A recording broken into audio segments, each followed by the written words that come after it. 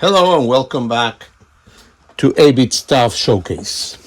Right now we're going to be showcasing the Apple mouse. This mouse is a recreation of the Apple II mouse, but it's optical, as you can see. So it's called the optical mouse, of course, and it will work in the Apple II, 2E, 2C, 2C Plus, and the Macintosh Plus 512 and 128. So it's a serial mouse, and let me show you.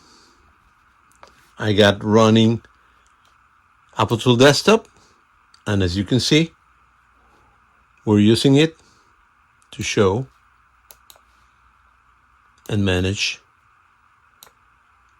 with no problem.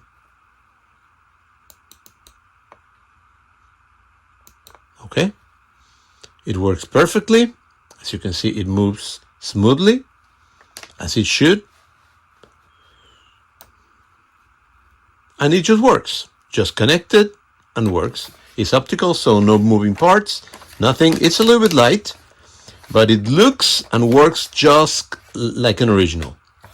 So if you don't know that it's optical, when you use it, you think it's an original one. There you go.